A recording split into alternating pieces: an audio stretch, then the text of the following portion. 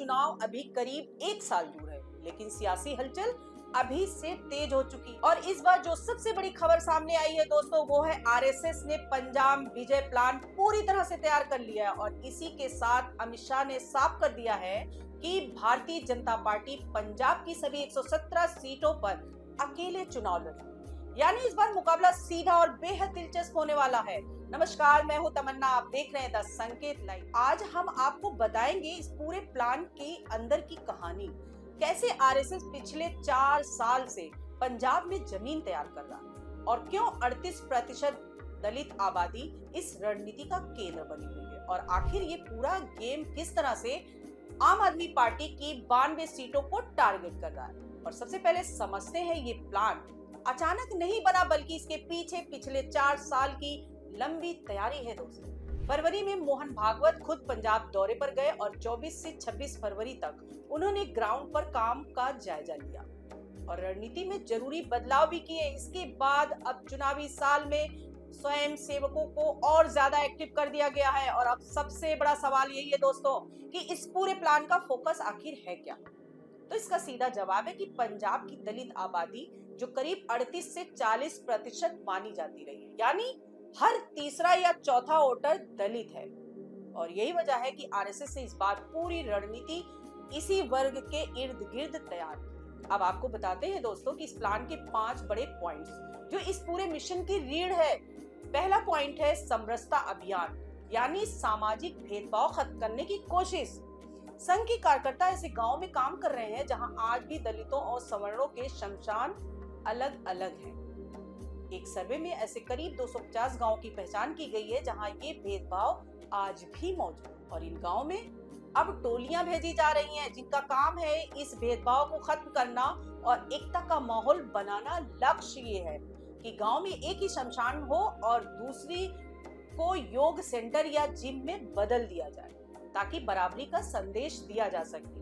और दूसरा बड़ा पॉइंट है धार्मिक और सांस्कृतिक कनेक्ट, यानी दलितों को उनकी जड़ों से जोड़ना। इसके तहत अमृतसर में राम तीर्थ का नाम बदलकर वाल्मीकि तीर्थ किया गया, जहां महर्षि वाल्मीकि का आश्रम बताया जाता है। और ये संदेश दिया गया कि दलित समाज हिंदू धर्म का अभिन्न हिस्सा है। इससे सम्मान और पहचान की भावना को मजबूत करने की कोशिश की जा रही है। और तीसरा पॉइंट है वाल्मीकि रामायण को घर घर पहुंचाना।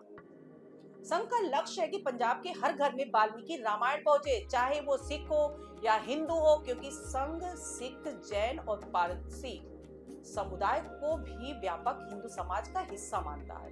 इसके जरिए सवर्ण और दलित के बीच की दूरी कम करने का प्रयास किया जा रहा है। और चौथा पॉइंट है संत रविदास की 650वीं जयंती को बड़े स्तर पर मनाना, जो इस साल जून से अगले साल जून तक चलेगी।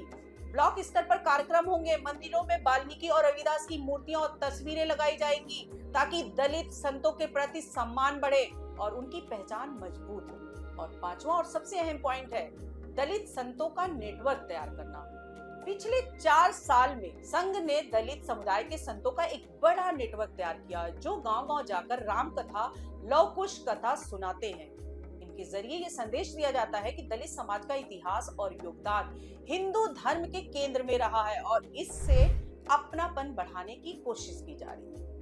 अब सवाल ये है कि ये पूरी रणनीति का राजनीतिक असर क्या हो सकता है। दोस्तों, अगर हम आंकड़ों को देखें तो पंजाब की 117 सीटों में से 34 सीटें रिजर्व हैं, जहां दलित वोट निर्णायक भूमिका निभाता है, खासकर दोआबा क्षेत्र की 23 सीटें और मालवा की 69 सीटें, जहां दलित आबादी 30 से 50% तक है।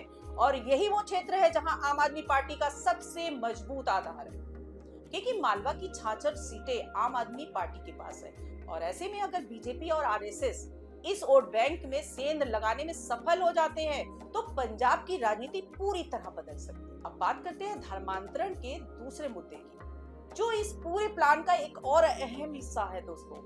संघ के मुताबिक पंजाब में खासकर बॉर्डर इलाकों में ईसाई मिशनरियों का प्रभाव तेजी से बढ़ा है और दलित समुदाय का एक बड़ा हिस्सा धर्म परिवर्तन कर चुका है। इसे रोकने के लिए शिक्षा और सामाजिक कार्यक्रमों के जरिए काम किया जा रहा है, जैसे वृद्धा भारती के स्कूल, जहां गरीब बच्चों को प्राथमिकता दी जाती है और उन्हें शिक्षा के जरिए जोड़ा जाता है।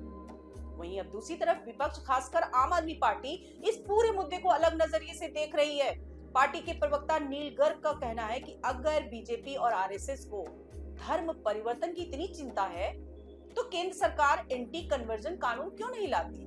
क्या उनका आरोप है कि ये सब सिर्फ राजनीति है और असली मुद्दों से ध्यान भटकाने की कोशिश है? उनके मुताबिक आम आदमी पार्टी का फोकस शिक्षा, स्वास्थ्य, बिजली और नशे के खिलाफ अभियान पर है, ना कि धर्म के नाम पर राजनीति करने पर। अब सवाल ये है कि पंजाब की जनता किसे चुनेगी? क्या वो विकास और गवर्नेंस के मुद्दों को प्राथमिकता देगी या फिर पहचान और सामाजिक समीकरणों की राजनीति हावी होगी? फिलहाल इतना तो जरूर है कि इस बार का चुनाव सिर्फ सीटों की लड़ाई नहीं दोस्तों, बल्कि विचारधारा और रणनीति की भी लड़ाई बनने जा रही है। एक तरफ आरएसएस और बीजेपी का लंबी तैयारी वाला प्लान है, तो वहीं दूसरी तरफ आम आदमी पार्टी की पकड़ और कामकाज का दावा।